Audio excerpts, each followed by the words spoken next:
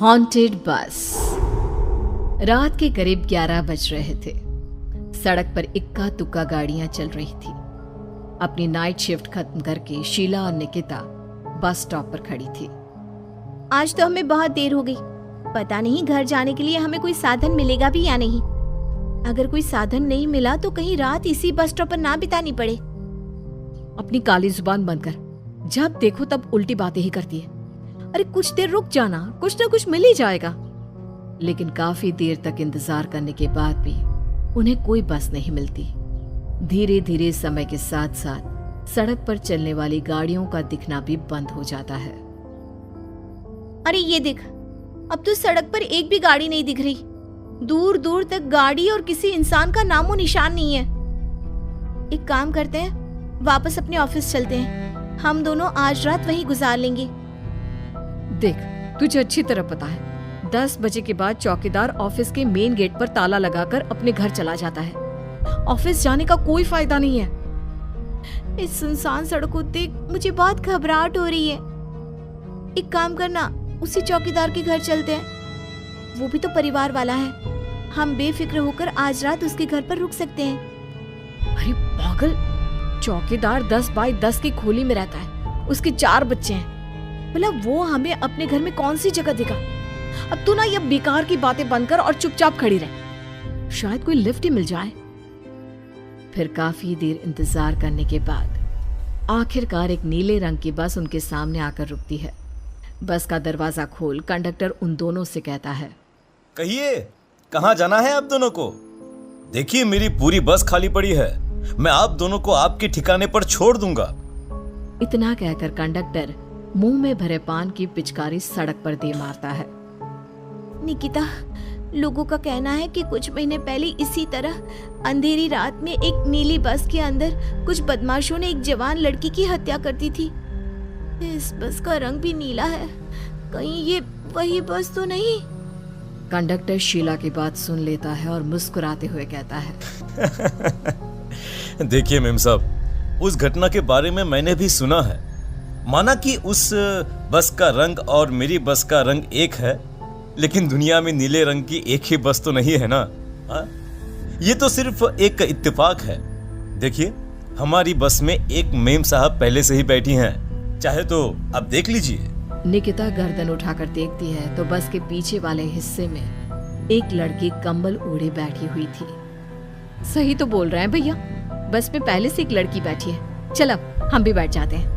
वैसे भी बहुत देर हो गई है। अरे ठहर जाना निकिता, मुझे डर लग रहा है। अरे तुझे इतना ही डर लग रहा है तो तू यहीं खड़ी रह, मैं तो चली। अरे तुम मुझे छोड़कर कहाँ जा रही है? मैं भी चलती हूँ। दोनों बस में जाकर बैठ जाती हैं। देखते ही देखते ड्राइवर बस को तेज रफ्तार में चलाना शुरू कर देता है। तभी शीला की नजर पीछे वाली सीट पर अकेली बैठी लड़की पर पड़ती है। उस लड़की की लाल आंखें और उसका आधा जला हुआ चेहरा देखकर शीला घबरा जाती है। सुन निकिता, हमारे पीछे जो लड़की बैठी है ना, उसकी आंखें एकदम खून की तरह लाल और चेहरा किसी चुड़ैल की तरह डरावना दिख रहा है। अरे छोड़ ना, कौन कैसा दिखता है? मुझे इन सब बातों में कोई दिलचस्पी नहीं है। मैं थोड़ी देर झपकी लेना चाहती हूँ, इसलिए अब तू अपनी बड़बड़ बंद कर प्लीज। बेफिक्र निकिता अपनी आंखें बंद करके बैठ जाती है। दूसरी ओर बस जंगल के रास्ते में पहुंची है। चारों तरफ घना अंधेरा और साथ ही जंगल में मौजूद जंगली जानवरों की डरावनी आवाजें शीला को और भी ज्यादा डराए जा रही थी।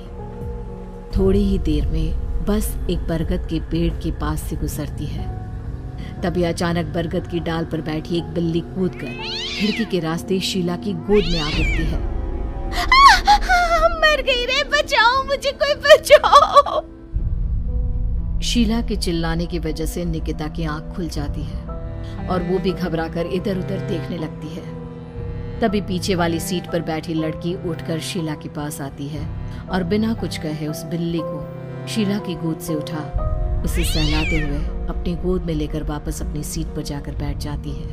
अरे शीला, तू तो बहुत ही डरपोक है। जरा जरा सी बात पर उछल पड़ती है। मैं कल से अकेले ही सफर करूंगी। अरे मैं क्या करूं? वो बिल्ली अचानक मेरी गोद में आ गिरी। अपनी बकवास बंद कर और मुझे चैन से सोने दे। इस तरह शीला को डांटकर निकिता फिर सो जाती है, पर तभी अचानक एक झटके से ब्रेक लगाकर ड्राइवर बस को रोकता है। शीला खिड़की से बाहर झांक कर देखती है तो उसे सड़क के किनारे एक काला आदमी खड़ा दिखाई देता है। उसकी बड़ी बड़ी दाढ़ी और अजीब से कपड़े देखकर शीला को घबराहट होने लगी। क्या हुआ ड्राइवर भैया? आपने बस क्यों रोक दी? अरे वो देखो, वहाँ वो सड़क के किनारे एक आदमी खड़ा है, उसी के लिए मैंने बस रुकवाई है। शीला निकिता को धक्का देकर नींद से जगाती है। अरे अब क्या हुआ? वो देख, सड़क किनारे कितना डरावना आदमी है। उसका अजीबोगरीब हुलिया देखकर लगता है जैसे कोई शैतान खड़ा हो। अब शीला की तरह निकिता भी उस आदमी को देखकर थोड़ा डरने लगती है। कंडक्टर, क्या तुम उस आदमी को बस में चढ़ाने वाले हो? उसे देखकर हमें डर लग रहा है, उसे बस में मत चढ़ाओ। अरे डरने की कोई बात नहीं है मेम साहब, ये आदमी जंगल के पीछे वाले गांव में रहता है। ये रोज इसी वक्त मेरी बस में बैठकर पड़ोस वाले गांव में जाता है, और वैसे भी ये बेचारा गूंगा है। अगर आप लोगों को डर लगता है तो मैं इसे ड्राइवर के बगल में बिठा देता हूँ। ओह अच्छा, ठीक है। फिर कंडक्टर का इशारा पाते ही वो आदमी बस में सवार हो जाता है। ड्राइवर दोबारा एक्सीलेटर पर जोर देकर बस को आगे बढ़ाता है। थोड़ी ही देर में बस एक घाटी पर चढ़ती है।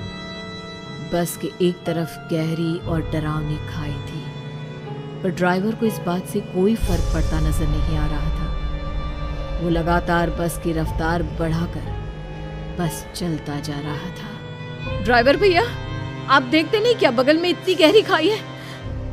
बस की रफ्तार लगातार बढ़ाए जा रहे हो, थोड़ा धीरे चलाओ ना।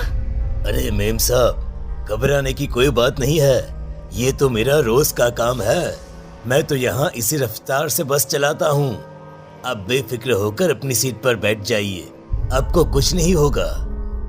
ड्राइवर के कहने पर निकिता शांति से बैठ जाती है। कुछ दूर चलने पर अचानक ड्राइवर बस को सड़क के किनारे रोक देता है। शीला एक बार फिर खिड़की के बाहर झांक कर देखती है, लेकिन इस बार उसे कहीं कोई दिखाई नहीं देता। अरे अब क्या हुआ? तुमने बस क्यों रोक दी? यहाँ तो दूर दूर तक कोई भी नहीं दिखाई दे रहा। ड्राइवर उसकी बात का कोई जवाब नहीं देता, पर कंडक्टर बोल पड़ता है। ये हमारी फेवरेट जगह है, हम अपने सारे अच्छे काम यहीं पर करते हैं। अब हमारा प्रोग्राम खत्म होने के बाद ही बस यहाँ से आगे बढ़ेगी। इतना कहते ही कंडक्टर सीट के नीचे रखी एक शराब की बोतल निकालता है। अरे ये सब क्या है? तुम्हारे बस में सवारी बैठी है, उन्हें घर पहुंचाने की जगह तुम यहाँ सड़क के बीच में बस रोककर शराब पियोगे? बस में लड़कियों के बैठे हुए भी तुम्हें ये सब करते हुए शर्म नहीं आती? कंडक्टर कोई जवाब नहीं देता और मुस्कुराते हुए शराब पीने लगता है।